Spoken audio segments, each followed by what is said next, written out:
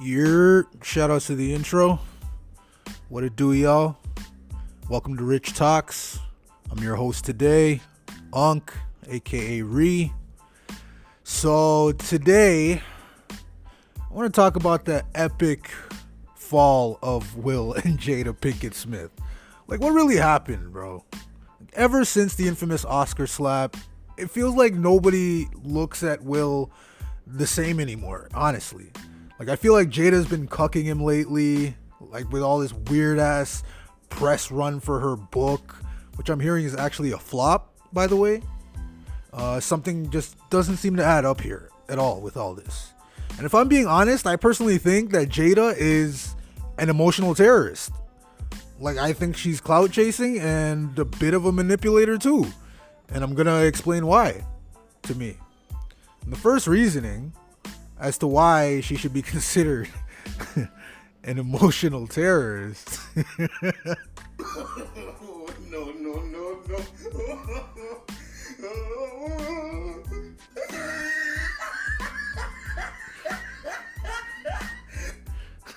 No. First and foremost, honestly, I'm a huge fan of rapper Jadakiss. And for those that know, he sometimes goes by the nickname Al-Qaeda Jada when he's like really spitting those crazy bars, right? Like when he's really in his bag, you know. But I'm sorry, Kiss, but I think this woman, this woman is the real Al-Qaeda Jada. She's an emotional terrorist, man. Like, first of all, she threw not one, not two, not three, but potentially 4 different black men under the bus in order to, like, you know, raise her own stock. You know what I'm saying? Like, I'm going to say 3 because, like, one of the 4 kind of brought it on himself a little bit. Like, but let's name these men. Will Smith, obviously. Chris Rock. We'll get to why, his why a little bit later. Tupac, again, obviously. And the sort of last one, which I didn't really want to throw him in there, but I guess I'll throw him in anyway. August Alsina. Although, you know, regarding him, he kind of outed the entire situation when he was in that interview with Angela Yee. Like, because it was actually also mentioned in his song. I think he actually mentioned Jada by name. But I think I have a little excerpt from that interview with Angela Yee. Let's listen. Okay, you know, August is dating Jada Pinkett Smith, and that was something that was circulating as a rumor, and that kind of solidified it to people. So, right. What was the real situation with Jada Pinkett Smith? Because I don't know if you were pursuing her or you guys had just a close family type of relationship, and I would love for you to be able to shed that. Here's what I'll say. People can have whatever ideas that they like, but what I'm not okay with is my character, you know, being in question. Mm-hmm. When certain things are questionable that I know is not me, or that I know that I haven't done, you know, contrary to what some people may believe, I'm not a troublemaker. You know, I don't like drama. Drama actually makes me nauseous, you know what I'm saying? And I also don't think that it's ever important for people to know what I do, who I sleep with, who I date, right? But in this instance, it's very different because, as I said, there's so many people that are side-eyeing me, looking at me questionable about it. I mean, I've lost money, friendships, relationships behind it, and I think it's because people don't necessarily know the truth, but I've never done anything wrong. Mm-hmm. I love those people, right. Literally, like my family. I don't have a bad thing to say about them. They are beautiful people. You know, when something starts affecting my life, and not only affecting my life, but affecting my wellness, my well-being, and also starts to block my heart space is blocked. I don't really have a choice but to express my truth. I actually sat down with Will and had a conversation due to the transformation from their marriage to life partnership that they've spoken on several times, and it, not involving romanticism, he gave me his blessing. And I totally gave myself to that relationship for years of my life, and I truly and really, really deeply loved and have a ton of love for her. I devoted myself to it. I gave my full self to it. So much so to the point that I can die right now and be okay with knowing that I truly gave myself to somebody. Right, you did the right thing. And I really loved a person. I experienced that. I know what that feels like, and some people never get that in this lifetime. So I know that I'm.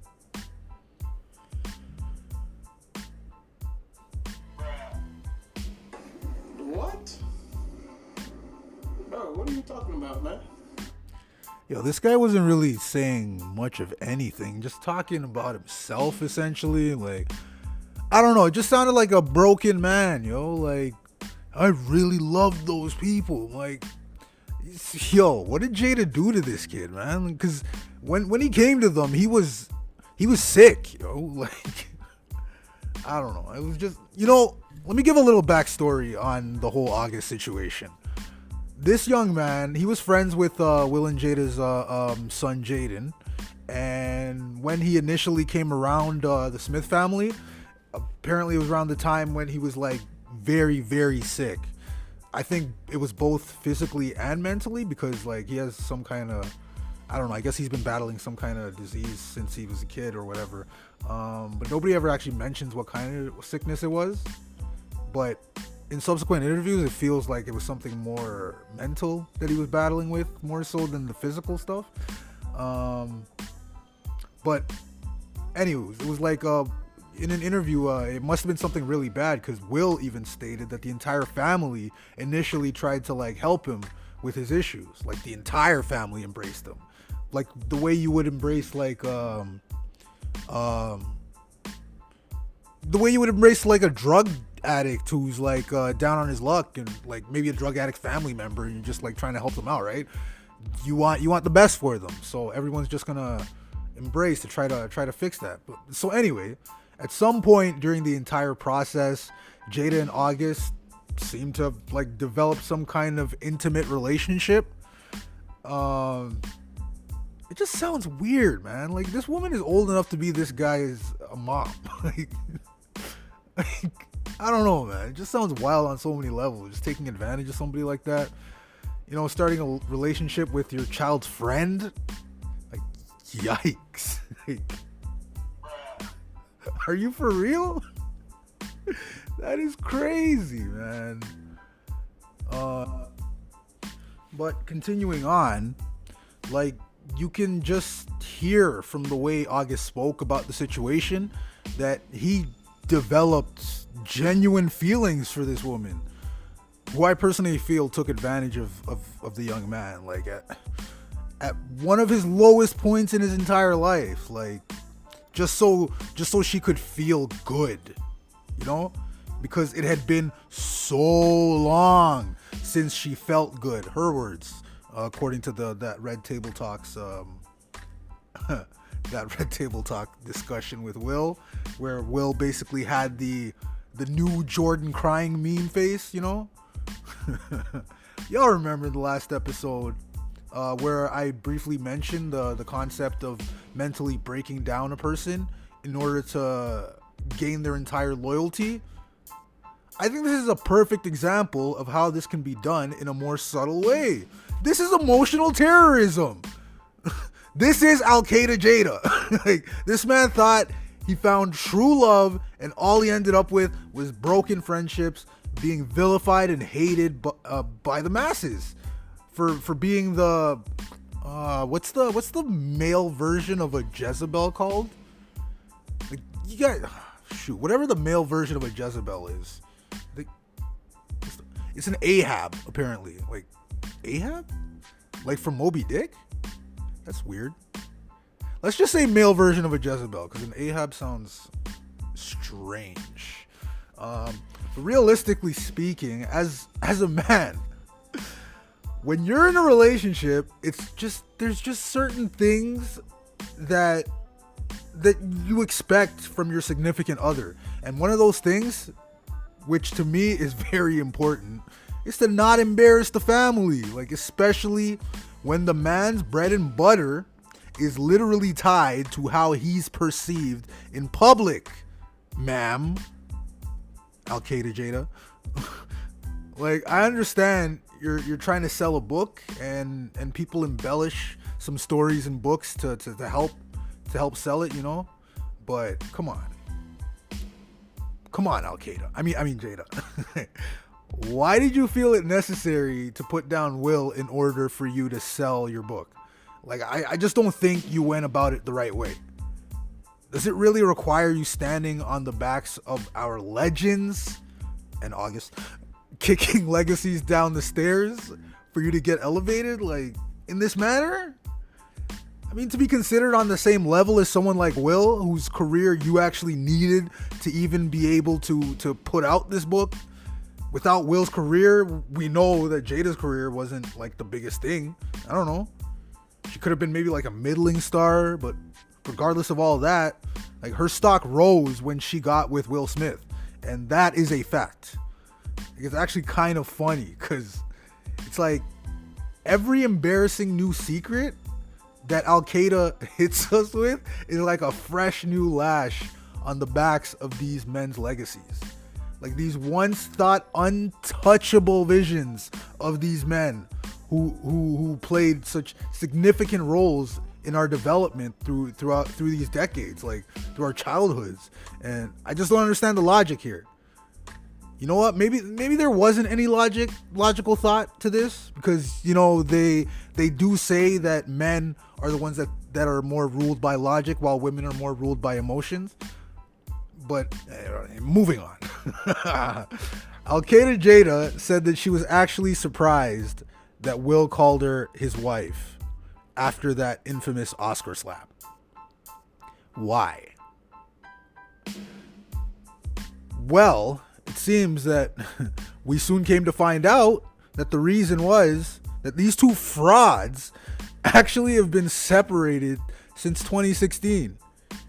You know, like, living completely separate lives, but really, like, wait a minute, because even before 2016, Will and Jada actually, I mean, as private as they both have been, they've always kind of had these really weird rumors surrounding them about, like, infidelities and, like, possible open relationships and being swingers, like, things like that. You know, for example, Will's essentially been tied to almost every single female lead in pretty much all of his movies, but most recently Margot Robbie, when he was filming Focus, because that rumor was actually, like, really, that one felt more prominent, like, than other rumors of just, like, Will being tied to, like, a female coworker, a co-star, I should say.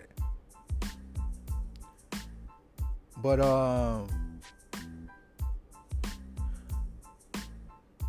at one point, I'm pretty sure there was also rumors that Jada was secretly dating Mark Anthony when she was on that show.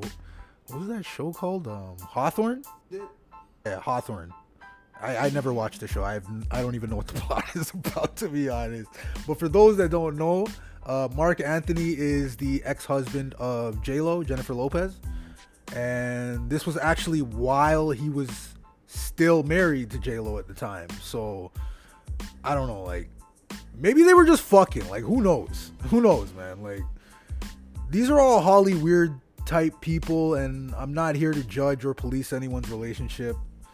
To each their own, honestly, but what's up with all the Holly weird shit, man? It's just, there's always rumors surrounding you guys. I just don't get it. Speaking on J-Lo, actually, there was actually a story that Diddy recently, well, not Diddy, but actually recently Diddy kind of corroborated the story on Jimmy Kimmel. But Diddy's bodyguard had basically told the story that there was a time when it was back when Diddy was still with J-Lo, and it involves Will and Jada actually, because they were all at like one of those celebrity parties. I don't remember who was hosting it. I think it might have been like Ben Affleck hosting the party or something like that. Whatever. Apparently, at one point, Diddy suddenly signals to his bodyguard to come over, and so the bodyguard comes over, and Diddy's like, he points over at Will and Jada, and he's like, "Yo, I think Will and Jada are trying to scoop up Jennifer. I want you to stay close." So he basically implied that Diddy was ready to fight Will that night because Will and Jada were trying to recruit J-Lo for like a threesome. Yo, Fram. Yo, that is crazy. That sounds like a plot to a movie. Like, that doesn't sound like that shit happens in real life, but you never know. Yo, I just had the funniest thought. You know how Diddy's always has like these jokes about him being suspect around him? I just figured like, yo, when Diddy was telling his bodyguard to stay close to him, wait, was he telling his bodyguard to stay close to him or stay close to J-Lo? In case he needs to grab somebody, you know? I don't know, man. Diddy's the type that'll hug you from the front and the back, according to 50 Cent. Shout outs to 50 though. Also, actually, in a very recent interview with People Magazine, Jada had said that Chris Rock allegedly asked her out on a date, and I think it was like around the time when they actually did proceed with that separation, so it might have been like around 2016. She didn't specifically mention like the time when it happened, but she just she mentioned it. Yeah, she mentioned it, and I don't know. Usually if somebody like is telling like one of those stories, they will like give an actual timeline on it. But I don't know, you be the judge. I think that she needs to Stop the cap. But let me just explain this story. So, assuming that this was around 2016, right? Because it's around the time when they actually got separated. So since Chris Rock and I guess the Smiths were friends, right? So they would probably talk and whatnot. So it was, I don't know, maybe they were privy to some insider information that we weren't privy to. Anyways, she said that Chris had called her and basically said something along the lines of, "I'd love to take you out." And she said, "What do you mean?" And I guess, like, these guys, they're friends, right? They're Hollywood friends. Like, it doesn't seem like it's anything weird to take your friend out, right? But allegedly, Chris said, what did Chris say? Chris said, "Well, aren't you and Will getting a divorce?" And she replied like, "No, Chris, those are rumors." So Chris was like super apologetic about the whole situation, because for obvious reasons, right? Like, just like pulling up on your girl, on your friend's girl like that, like not even girl, like on your friend's wife, like talking to your friend's wife like that. That's kind of wild. That is kind of wild, if true. But I don't know. It just feels a little like.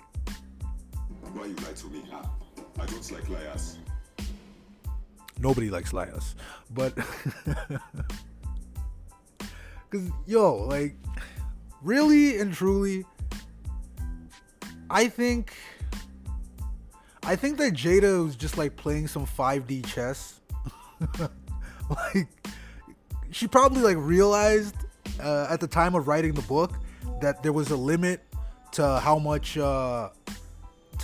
she could like throw Will Smith under the bus on this press tour. So she had to like make sure that she loaded the cannons with enough celebrity bullets.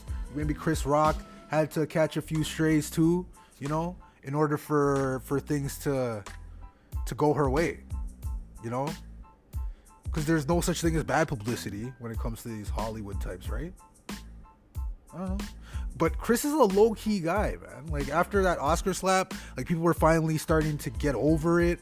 Chris is a very low-key guy. When he's not hosting or when he's not like on tour, you don't ever hear about Chris Rock, or when he's like not doing a movie.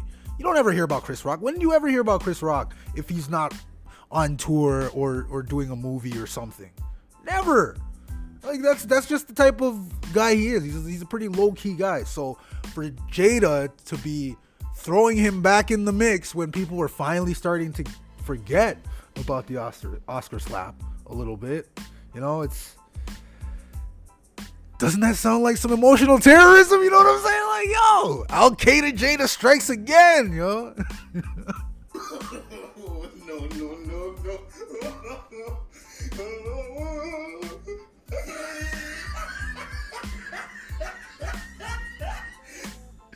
But yo, like, I don't know. Jada probably had to like do something, right? It's just the energy going on. Like, she had to keep the energy going, right? Because she could only beat a dead horse for so long, right? You have to find another horse and beat that horse to death, and then on to the next one, right? So she got through those ones, and then also she had to throw an actual dead horse under the bus, like the whole Tupac situation. We'll get into that. Before the Tupac situation, Jada claimed in her book that she sold drugs as a teenager growing up in Baltimore. You know what? That part is actually probably believable, but there were other parts in the book that she mentioned that just seemed like, are you serious? Are you serious right now, Jada? Like, are you for real? Like, she said that she was involved in like dangerous circles. She said she was rolling with some really high rollers at the time, saying at one point she was ready to chase down she was ready to chase people down alleys with a switchblade over stolen $700. And in another incident, she was set up and robbed by two guys with guns. Now, personally, for me, when I heard all that, I'm like, okay, you live in Baltimore, selling drugs, there's switchblades, being robbed at gunpoint. I don't know, this all really just sounded like the plot to The Wire to me. Because she was talking about how she was like, or how she thought she was gonna be like a queen pin, like she was really rolling with serious guys. I'm like, come on. Y'all have seen Al-Qaeda Jada before, G.I. Jane, whatever you want to call her. But you've seen her in her movies, right? She's actually a very small woman. Sorry, not sorry, but there is no way she would put the fear of God into anybody who lives that life. Like, even if she had a switchblade on her. Come on, man. Be for real, Jada. Seriously. I don't understand. I do understand, though. She did have an actual rough upbringing. Like, her mother was actually addicted to heroin. So she actually did start selling drugs to get by.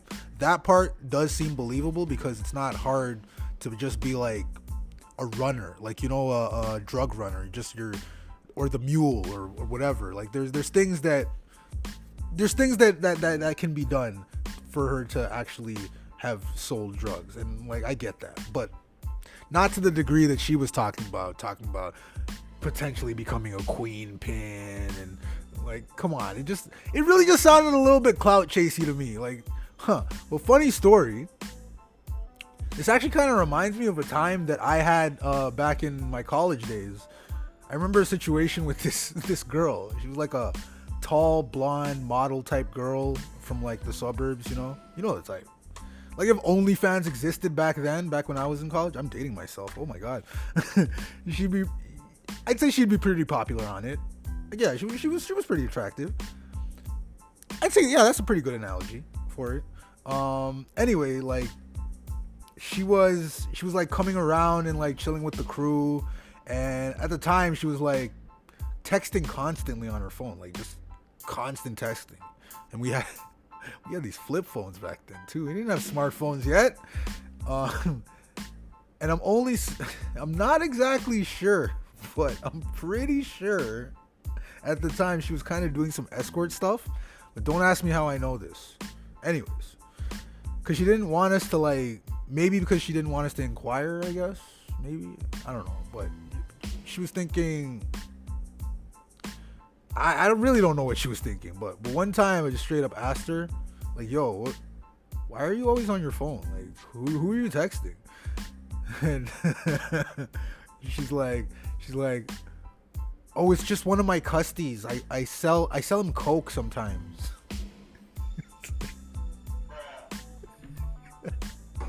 What? Bro, what are you talking about, man? She was basically trying to make it seem like she was a connector or a supplier of some kind. The funny part is, literally nobody took this girl serious. She told that story with a straight face, and we all just kind of looked at her, and then we all looked at each other. And you know that Ray Liotta's character in Goodfellas, you know the laugh meme where he just puts his head all the way back and just laughs maniacally? We had one of those moments. It was just are you serious? Oh my gosh. Yeah, getting back to Jada. Sorry, getting back to Al-Qaeda. Jada actually met Tupac in Baltimore, and not a lot of people know this, but Tupac actually did grow up in Baltimore. They met in the School of Performing Arts, and then they went to high school together. And she even said that they both loved each other, but there was no actual romantic feelings between them, even though they both had love for each other. I don't really know what that means. But she said at one point she actually tested to see if there was even any romance there by kissing. And she said that after they kissed, she said that the kiss was disgusting and all types of things. But hold on, Jada. Hold on. Because if the kiss was disgusting, then how come you were saying in subsequent interviews later on that he's your soulmate, and probably that you two have been through multiple past lives together, and I don't really get that. I don't get that at all. You guys didn't have any romantic feelings towards each other at all? I don't know, it just seems suspicious. Don't you find that suspicious? Stop the cap. I think it is, you know what I think she did? You better learn how to lie like me. I'm gonna find me a white man and lie to him right now. But yeah, in multiple interviews, she said that Tupac was the love of her life, her soulmate. Tupac is her soulmate and not Will. And then I started going down this rabbit hole, because you're listening to these interviews and you're watching and you're just looking at the body language, and then you start looking at some of their appearances on the red carpet and how they interact in public and whatnot, and you start seeing they're showing, you see Will, and he's constantly showing affection, and I don't know, it just looks one-sided. But again, I'm not here to judge or police. It just looks a certain way to me. And I even harken back to I think it was a year ago or so. There was a controversy where Jada was promoting her Red Table Talk episode with their therapist or something. And I remember Jada was just filming randomly in the house, and Will wasn't even aware that the filming that he was being filmed, right? So she just put the camera on Will, and she's like, tell them how the doctor helped us so much for the promo for the Red Table Talk episode, I guess. And Will's reaction was it was one of those reactions oh my god, not right now, why would you do this right now? It kind of looked like he was trying to hold back because they just they just like finished arguing with each other. It was like fresh still. And she just suddenly puts the camera on him, so he has to like, he has to get all professional and he's just like, please don't film me without my consent, because my brand, like my social media presence, my social media presence is a very important part of my brand, and I don't appreciate being filmed without consent. And it's just like the way Jada responded, it just seems like she didn't take any accountability, man. It just felt like more emotional terrorism. Like Al-Qaeda Jada strikes again. Another thing that Jada was lying about is about Tupac proposing to her in prison. Stop the cap. She's claiming that Tupac proposed to her while he was at Rikers Island at the time, because at the time he needed someone to do time with him. He needed someone to be his rock. And she even mentioned in her interview that she was already gonna do time with him. I don't even know what that means. Like, what does that mean? Like mentally, spiritually? Because you weren't even in the same state, man. I don't know, but it just sounds really beautiful, like in the interview, right? It just sounds really beautiful. Oh, he needed someone to do time with him, and I was already going to do time with him. I don't know. You just sound like more emotional terrorism to me. It's just Jada's a dangerous character, man. But Tupac actually went to Rikers in February of '95, right? Before he went into Rikers of February of '95, he was already engaged, actually, to a woman named Keisha. Keisha? Was it Keisha? Yeah, Keisha. Keisha Harris. I remember he was engaged to Keisha, and before they went in, because Keisha actually mentioned in her interview for Double XL back in when was it, 2011? Like, she actually gave an interview and actually gave like real details on it. And a lot of the things that Jada was saying kind of doesn't match up with what Keisha was saying. Because either Tupac was like really spreading the love, asking every woman in his life to marry him, like just proposing left and right. Like, I don't know. Or something ain't adding up, Something ain't adding up, Jada. You better learn how to lie like me. I'm gonna find me a white man and lie to him right now. I don't know. To me, it felt like Jada was kind of using like pieces of Keisha's story to help sell her own book, because it was actually confirmed by Keisha that he had proposed to her before he went to Rikers, and he only spent 1 month in Rikers, and they actually got married because after they got married, he got transferred from Rikers to Clinton Correctional. Tupac did. But Al-Qaeda said that she visited him at Rikers. But wait, when did you have time to visit Pocket Rikers in the 1 month that he spent there in February? Because let's just say, I got a quote from Keisha's interview in Double XL magazine, and I quote, Keisha said, "I was the one that basically stopped my life when he was in jail. I moved closer to him, and I made sure he was on all his visits. I made sure he had packages, because you can't just send a package to the prison. You have to go to the store and have the store send it to the prison. And it was like my day revolved around him and what he needed and what his needs were." And that was Keisha Harris in her Double XL magazine interview in 2011. So at what point in that 28 days did Jada visit Pac over at Rikers? Because Jada was in Baltimore in '95. February of '95, sorry. And wait, there's more.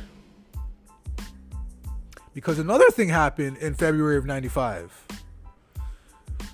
Will Smith got divorced from his first wife. Served him divorce papers on like Valentine's Day of 95. Yeah. And 5 days after that, Will calls Jada and asked her if she was still single. She said yes, and he said, okay, we're together now. And Jada basically just packed up everything and moved to LA to be with Will. Now think about this. Jada had just like finally was getting settled in Baltimore. Like she had just purchased a house. Think about it. She had just purchased a house in Baltimore that she didn't even move into. She never even moved into the house because Will told her we're together now, and she just packed up and went to LA. You know? Because I guess I think she already like understood the trajectory that he was on. Like he was already starring in his own show. He was the Fresh Prince. Like, come on. She saw that trajectory, man. You ain't gotta be no mathematician, man. I'm just saying. But the math, like, you ain't gotta be a mathematician to figure out that. Like, he was gonna be earning a lot of money. He was going to be starring in blockbuster after blockbuster. I'm not knocking her. I'm not knocking her for it. Just saying, just respect Tupac a little more. Like, respect the dead, man. Like, saying all that about Tupac when he didn't propose to you, man. Like, we don't believe you. You need more people. At least I don't believe you. Just put more respect on his name. Is all I want to say about that. Cause like, I don't know, man. Like, Al-Qaeda's just, I don't know why. Why are you ruining these legacies of these men, like, that you claim to love at some point? But also, this isn't really to say that Will is just this sympathetic figure. See what I did there? No.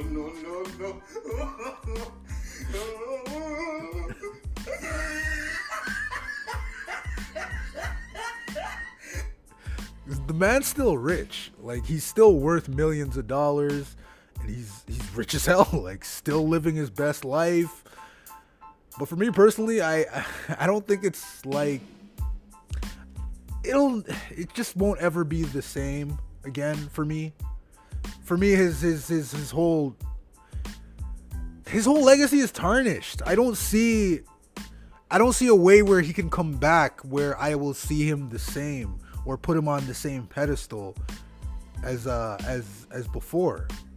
Cause it's just like, I don't know. I feel like she just chopped him down at the knees, man. Like, it's so strange. Like, we used to literally look at this guy as the Fresh Prince of Bel-Air, man. Like, in West Philadelphia, born and raised on the playground is where I spent most of my days. Come on. Such a crazy song, man. If you were to start reciting that right now, I guarantee people will start rapping along with you, because that was just like the song, man.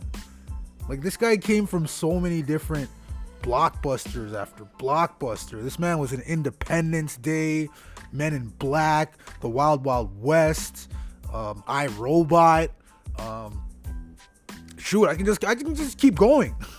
How many Jada movies can you guys remember off the top of your head? I mean, I'm cheating a little bit because I've obviously done some research into some of her movies, so I do remember more than most would. But like, can you actually name five Jada movies off the top of your head right now? Five of them. Yeah. All right. Good luck with that. I'm going to say Poetic Justice, because she was briefly in Poetic Justice with Tupac there. She was in The Matrix Revolutions, I think it was, or was it Reloaded? It was either Reloaded or Revolutions, one of those two, or both. She was briefly in Scary Movie 2. You guys remember the scene in Scary Movie 2 where her character died? Like, at first, back when that movie originally came out, because that movie was terrible, but originally I'm like, why are you killing Jada's character? But now, I actually heard recently that Rotten Tomato they they rescored Scary Movie 2 just because of Al-Qaeda Jada's dying in the movie. So they rescored it to 100% just because of that one scene being in the movie. People really are not feeling Al-Qaeda right now. You know what I'm saying? Yeah, but she was in Scary Movie, and of course my absolute favorite Jada Pinkett Smith movie, I'd have to say, is Set It Off. Like, that movie was so good. Cause you know something about those classic 90s movies? Like, the way they were just made, there was just something about them that just felt so real. Like, kind of, it almost made you like associate the actor with their role. Like, even in the movies when Tupac was in what was that movie? Juice. Damn, Bishop? His character of Bishop, like, that made people think that, yo, that's the real Tupac? That's how Tupac is? Not Mr. Baltimore School of Performing Arts, but, like, you know, Bishop in real life. You know, it's crazy. Like, cause those, I don't know if it was the writing, I don't know if it was the directing, but it's just like that. The actors back in the 90s, like, it almost felt like they were made for that role, and you couldn't see them outside of that, or at least for me, that's how it was. And I guess that jaded me in my thinking on how I perceived Jada this entire time, you know. Cause, like, especially in Set It Off, like, that movie was great, like, very emotional scenes, especially considering Jada's character was the only one that survived at the end of the movie. So you were kind of like rooting for her for the whole thing, like, you know, like, you're rooting for her in life. Like, ever since Set It Off, like, I considered this woman like such an amazing person off of a freaking movie. It's crazy, man, because you even think, like, when we thought about, like, black excellence in Hollywood, you would think Will and Jada, because they weren't ever really into, like, scandals. They didn't really have any crazy rumors around them. They weren't doing, like, Kardashian-esque behavior. You know, just their whole dynamic just feels different now, because now it feels like Jada's literally been trying to compete with the Kardashians this whole time in terms of, like, who can generate the most controversial thing to sell their books or sell something, to sell whatever the fuck they're selling, you know. Damn, I'm just going off on different tangents, but just to close things off, you know, I guess in the wonderful world of Hollywood, there's no real such thing as bad publicity, you know. That, or this is all just part of some weird humiliation ritual that all these weirdo celebrities sometimes take part in, you know. That's definitely on some conspiracy theory shit, but I like to get into the conspiracy theory bag once in a while, you know. But yeah, a salute to the outro. Peace.